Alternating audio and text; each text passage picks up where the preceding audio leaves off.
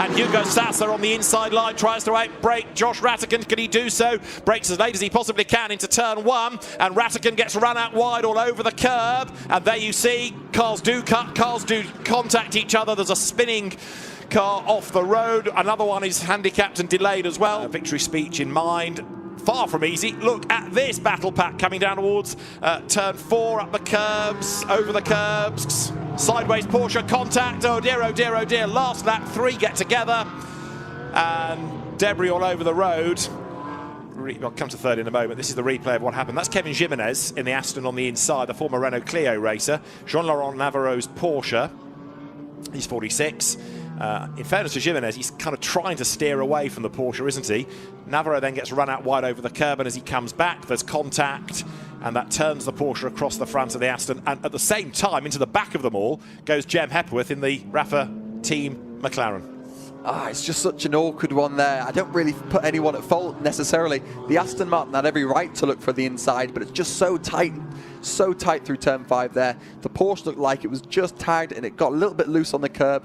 And unfortunately, Jem Hepworth has done limited racing in comparison. As you see there, the battle between Constantine and Van der Ende come to blows. Ricardo Van der Ende with a bit of hip and shoulder gets forced out wide, up and past him. Explains what happened though down at turn 1. So Benjamin Lariche went through. Ekelchik standing his ground on the outside, that becomes the inside. 2 into 1 doesn't go, and around they both spin. Ekelchik was able to get away pretty much unscathed. Kevin Jimenez over the timing line in the GPA Racing Aston, having switched from Renaults to French GT4 and GT4 European Series. That's how he got it wrong. Way too much speed carried out of turn 16, and around it went. Thankfully kept it away from the wall. Format with the silvers going again. That's 55. Whoops, off into the gravel goes Julien Brichet. Off into the tyres goes Julien Brichet. He bounces out of the tyres and rejoins. You can see the rear damage down to the wing. But Julien Brichet, now is he putting liquid on the road or just gravel? That's the man that's on pole position in Pro-Am. Progress, whoops, one gets all sideways. They've survived turn 6, I think, but look how wide some of them are going. Yeah, how great is that drone shot as well? Feels like we've got an extra car. No, a big crash in the background there. Just so easy to get caught up. I thought we were going to say we had a relatively clean start. Here you can see exit of turn 6 now. Just running wide. So green Porsche gets involved, comes across the road, and there it kicks off behind. Suddenly, the Brichet Porsche gets turned around, but I think he's already bounced off Meloni, who's in the barrier on the other side. Yeah, hard to see from that angle. That, I reckon, used to be an Aston Martin. Raphael Redhofer, you reckon? Yes. Yeah. What has he done? Yeah, let's see if we get a replay of it here. So into turn 8, he's gone for the switchback, and it's such a big impact there as the bonnet goes. Thanks very much. I'm off to the seaside. Unfortunately, sometimes you get it where a driver, as we can see, another stoppage now. That's not good. Car in the gravel, and out of number 20 gets either Dennis Bulatov or Lucas Meyer, and I'm tempted to say Dennis Bulatov because I don't think they've pitted. And how did he get there? Got into the back of the BMW, and bang. You don't often find a car off there, and that was quite a hit. Yeah, quite a big shunt there. And now I'm thinking, firstly, great to see that he's okay, walking away, albeit a bit disappointed. And that has exploded because not only is the tyre shredded, look, it's taken the bodywork with it. That's happened at high speed. Real high speed, yeah, coming into, I think, turn 13 there, final sector, and no chance for him to do anything but just try and hobble back. Oh, hopefully he wasn't stopped on the track there, but so strange to see these BMWs having so many punctures at super high speed there. Whoa. What a feeling. Such a horrible feeling as a driver there, where you just expect the car to turn in completely normal. You get a little bit of vibration through the wheel, and then all of a sudden, bang. Everybody safely through so far, but still the field streaming down as you look down for the drama at turn 3. McLaren on Porsche, and around goes 22, and then he finds more traffic to cannon into. That puts one of the Astons in the gravel, so off the road. Leo Pickler, it looked like he got tagged into that by the second of the elite McLarens, which I think was Tom Leven's car. Still under green flag conditions, so despite the dramas that we had down at that corner, the field turns safely through. 81 is going to join the race. There's more drama. Look in the background because 2 more have tangled at turn 8. So from the pit, and bodywork flies up at turn 9. Over the curb goes the McLaren. It goes around the outside of the Porsche. There's the contact at turn 3, and very close to getting into the back of Tom Leben was Alex Papadopoulos. That for his pains, a 10-second time penalty for Tom Leben. And there you saw Leo Pickler bouncing off the side of Hugo Sasser's car. But the damage putting him out of the race. Great shots from the drone as ever. Jody Vullo's BMW and Alexandra Machado's Aston. And here at turn 4, Ibrahim went for a gap that wasn't really BMW sized. So contact against the McLaren. And there you can see the damage created. So somebody's had a drama. And there, it's Greg Gilbert, who's only just left the pit lane. And is he facing the wrong way at pit exit? Yes, he is. So 317 has ventured out and must have a it's been contact, because that is Gabrielle Yelkova, Cindy Goudet's Supra. Constantly, right, we're going to go on board the Alpine, and there, look, in the distance, you can see the BMW being tagged by the Toyota. There was a Porsche there that had to anchor up as well. Benjamin Lariche covers the line, cuts him off, but again up the curve, coming out of turn 10 goes the BMW, and now we'll see as contact, the Audi moves across on the BMW. Take that, says Benjamin Lariche. That looked a bit brutal, I think, as he moved across the road. This was the move. Up the curb went the BMW, backed out of it, realising it wasn't on. There was a gap coming out of the corner. Look, side by side, and the Audi just moves across into the BMW. So, from another angle, look, across the road goes Benjamin Lariche. Can't find a car yet, but we'll have a look in a second. The good news is the driver is okay. In a moment, we'll have a look at what happened. And it is an Aston that clipped the curb, gets sideways. And this is going to be a big impact, I fear. Ooh. Boom, off the road. Oof, yes, you see the amount of energy that goes through all the barriers and the guardrails and the tyre stack. So 74 it was that ploughed off the road. They got a penalty, and there's more drama. The Freddie Tomlinson Ginetta is back on track, but in the background, Audi 300, which is the car in the hands of Florian Van Duren, looks like it's going nowhere. Let's have a look at how it got there, maybe. The Audi spins, or it spins into view. Maybe there was contact already because the Ginetta was way offline. It was able to keep the momentum up. Oop, mirror gone. But Freddie Tomlinson rallycrosses his way through the gravel, brings a lot of it onto the circuit, but he was lucky to keep the momentum. But that Audi sitting there, so that's number 300 Audi. Ah, right, that's how it started. So getting involved with the Lotus, and the Ginetta really had nowhere to go, did it? Pit window is delayed by 5 minutes. And another big impact there. That is the Mustang of... I think that's the Eric Evans car, yeah, absolutely. But on track, Josh Rattigan leads Benjamin Lariche, and Julien Brichet is third as they climb the hill then. So a good restart by Rattigan, and Brichet loses the Porsche. He has a big, big spin. Around it goes. He's missed everything solid, and that was a proper Code Brown moment. Julien Brichet recovers. I don't think a tyre let go on him. I think that was just cold tyres, and it got away from him. Absolutely, yeah. Lucky man he is. There's nothing worse than spinning up there. Not only is it weird spinning up the side of a hill, but also you've got 50 cars about to follow you as well. So this just shows how easy it is to make a mistake. It's gone all the way to the right with that extra bit of runoff now. It's certainly helpful. But how close was he to hitting that barrier? He just about managed to miss that by... Now this is why the yellow is out. This is at Cours Paul Frere. And what have we got? Wide, wider, and off the road goes the other Lotus. Broken wheel. We had one of them in the pit lane early on, and that's 69. It's got a puncture certainly, and maybe a deformed wheel. So that one goes around. An early safety car, and it's all coming out of La Source. Well, there's a driver out of a car. Oh dear, that's Florian Grisot's Aston Martin, and it's sort of creamed up against the barrier, isn't it? It's got squeezed into the wall there. So let's try and piece it together. What do we learn here? Out of La Source they come, and Grisot just seems to bounce into the wall. I don't think anyone squeezed him. Or did he get a nudge off the the Lotus there, number 69, possibly got involved with him because that car. The Nelson Panciatici, Antoine Leclerc Alpine going through, and a very frustrated Tom Empson. So he then brakes late, sends it up the inside, can't make the corner, just understeers straight out and has to wait, gets back on now. So that's why he was slow, because he'd had to back right out of it. Yeah, and we can see him here as well. I think that's the exact same car going slowly again, so not sure. Been through the gravel though, I think. Yeah, he absolutely has. Not sure if he's just frustrated because of the lack of power that McLaren has, or if there's something even more serious going on with that car. But regardless, if it's straight line speed problem, or if you're struggling just to brake that late and cause nearly a collision, just relax. You just got to calm down now. I understand it's not quite going right for you guys, but you still got a good car. Predicting, and the yellow board saying stay to the other side of the road. Let's try and work out how Arso ran off all on his own, so he runs out of road, spins into the gravel. Now, when we last looked, he was going backwards. We did have a GT2 race this morning. Mercedes went off there and drove out of the gravel. But now, Guillermo Asso thinks, right, what can I do? I know, I'll go backwards. Now, on one side of this gravel trap is the circuit. On the other side of the gravel trap is an access road. So far, so good. He's kept it moving. But I have a horrible feeling that when he tries to turn it around and rejoin, the rear is just going to get bogged down. So we turn to an angle, we engage first gear, and then that's where it gets beached. So let's have a look. The Aston gets away. That's the Jamie Day car, isn't it? And then bang, there's contact with another Aston, and it's in the wall.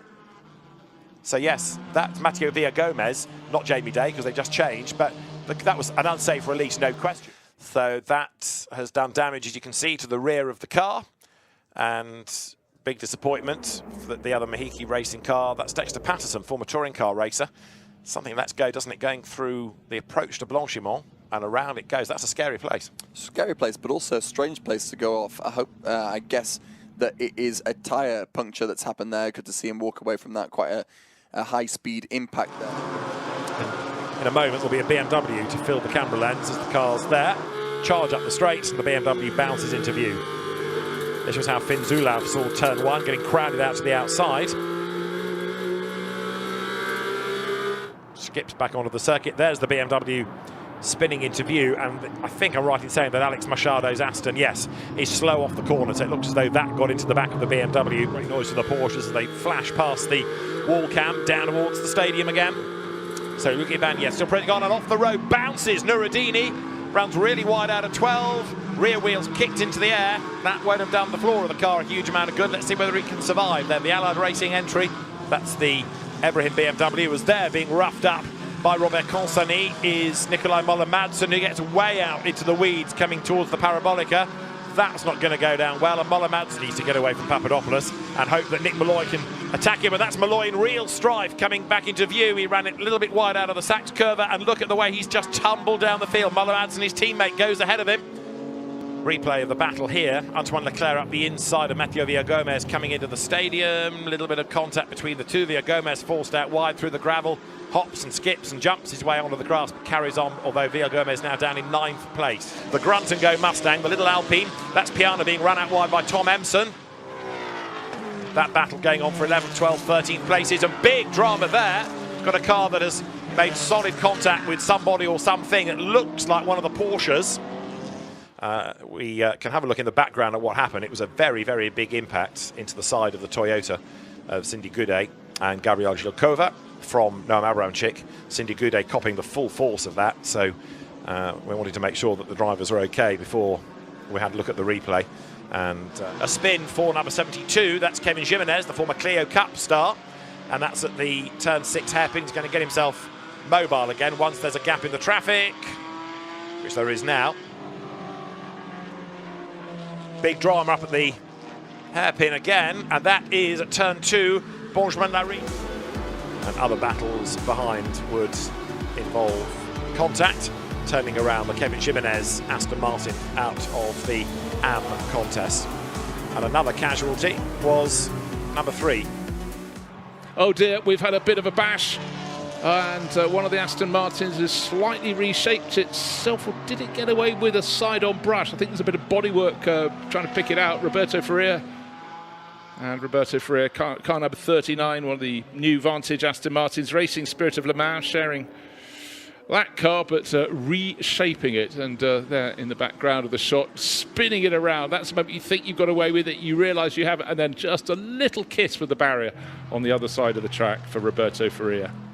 But the big question was, where did that... oh, well, there we are. Entrance to the second chicane, and Daniel Nilsson given a little bit of a helping hand, and that was him rotating and out of the race. They're both absolutely getting onto the tail of those two elite motorsport McLarens, but unfortunately on the grass goes the Aston Martin. Oh, dearie me. Jamie Day tried to make the manoeuvre. He's the latest driver to go up the escape road. Gaggle after gaggle of car. Who's going to have a move? Anyone? Nico Verdonk has a little look up the inside, and then he turns in, and then suddenly one of the Wimmerworth Porsches.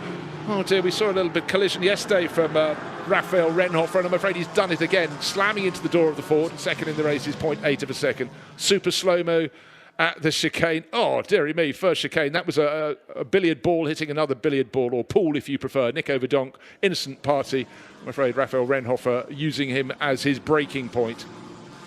Yeah, look, he's had a bit of a clunk on the front left-hand corner. You can see the bodywork has been chatted about to put another one of the Porsche Caymans off very nearly. Oh, yeah, bodywork running properly on the tyre. Going around the outside, that's really unfortunate. Let me help you into the gravel. No complaints there because it was just unfortunate. You have to choose one side or the other, but that Toyota, was it help there? Did it end up on its own? Matters not right now. It's about getting it out. Let's take a look at the replay. So here we are coming up to the Ascari chicane.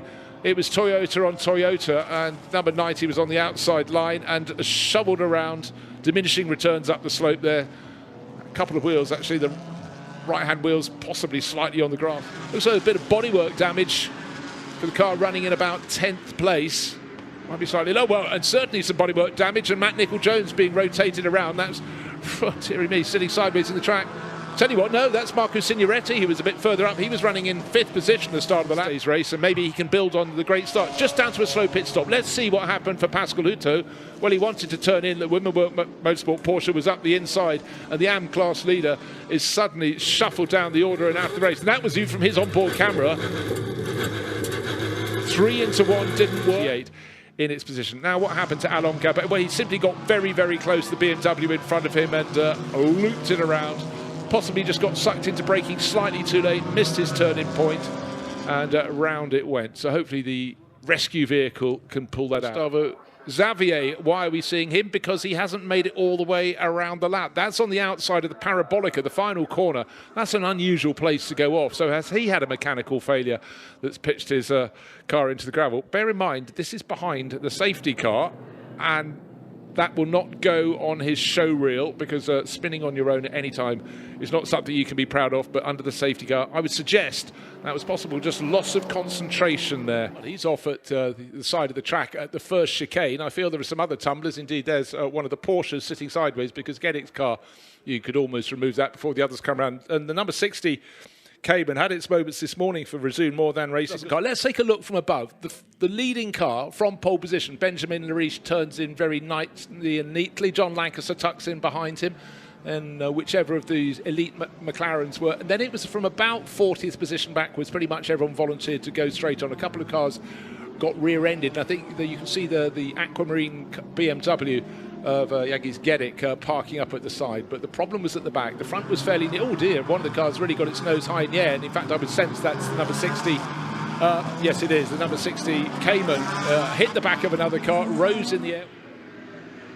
Still no changes at the front. Oh, Eric Evans has fallen back a little bit. He was right on the tail of, oh dear, that's really unfortunate for the Aston Martin that gained so much ground. Matteo, and they've just got to remember which way the track goes.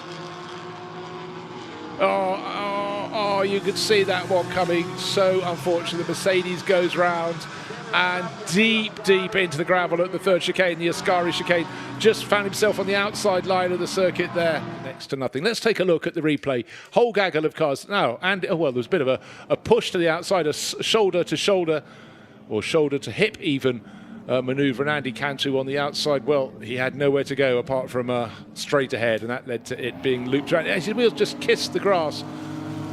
I think it was, I'm trying to see which Aston Martin was near him at the time. It looked like a bit of a shoulder barge there. The number 78 McLaren crew, they got a little bit sorted out at the start, a little bit later on, but be neat, be tidy, and just do not clash. Well, 2 wheels up, and the sister car. Don't know how Tom Empson didn't have a spin. He was given a shoulder barge there by Raphael Renhofer, and as I said, at any moment things can change. Let's take a look at what happened, why we had the spun car coming down, and I can see precisely why, because used as a braking point there, unfortunately, one of the Porsches came back out and very nearly took out a rival. This is the moment at the second chicane. Tom Empson on the outside of the circuit, then shoulder, and he holds it together, and in behind a little damage to the number 92 Porsche.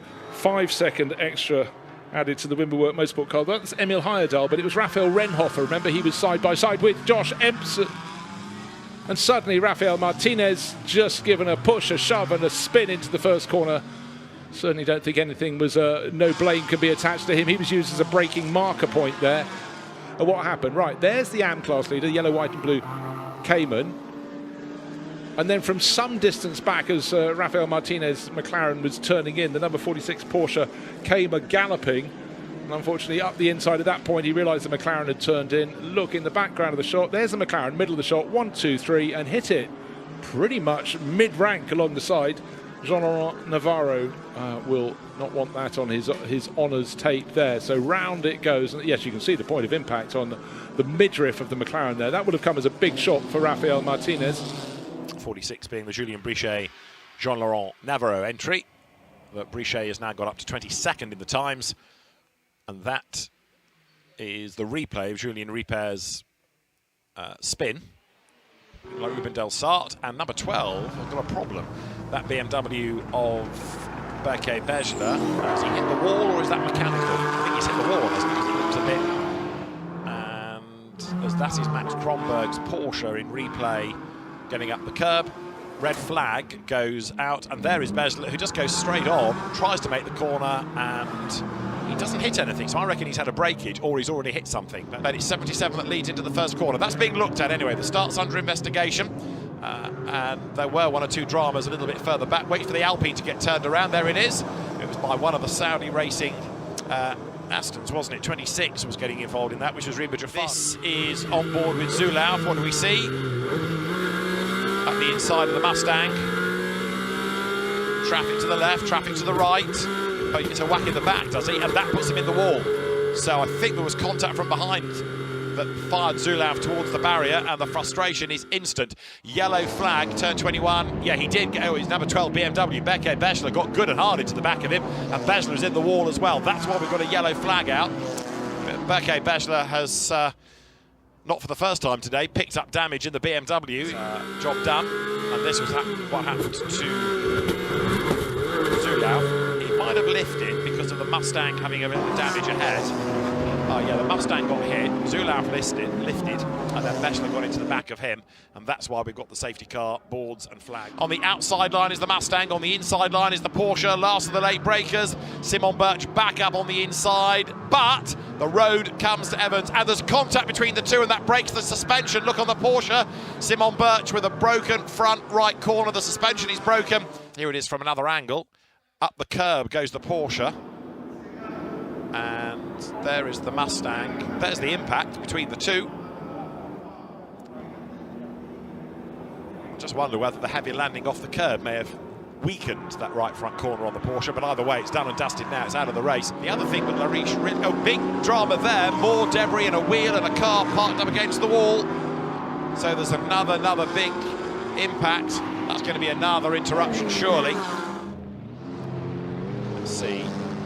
Comes through, there is the Aston, just runs way wide, massive hit into the wall, rips the wheel off the car, debris flies, another hit into the wall, the wheel bounces from one side to the other and back again, and with bits of car all over the road. In fairness to Josh Miller, he did a really good job of finding a gap there very, very quickly and peeling out of the way. So it's not the car that needs removing, it is the debris. So full course yellow, and Alban Varuti in third place. Van der Ende is up to fourth. Iban Yehen is fifth, and another wheel off a car, and it's one of the Saudi racing Astons that has parked on the runoff, and there with the tyre off the rim. I don't know if it's the whole wheel, but certainly a tyre. The field sweeps through, and hopefully people can just duck up the inside of that. Still being shown as at the pit lane. Let's have a look. Big slide, bang into the wall, wheel ripped off.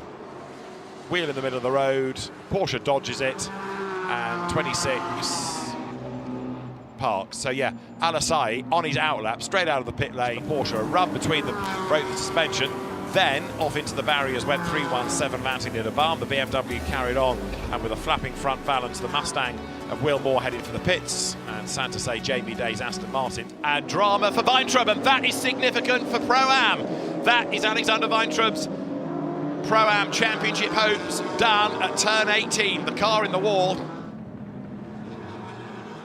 Now, was it self-induced, or was there any contact? Weintraub is ahead here, look.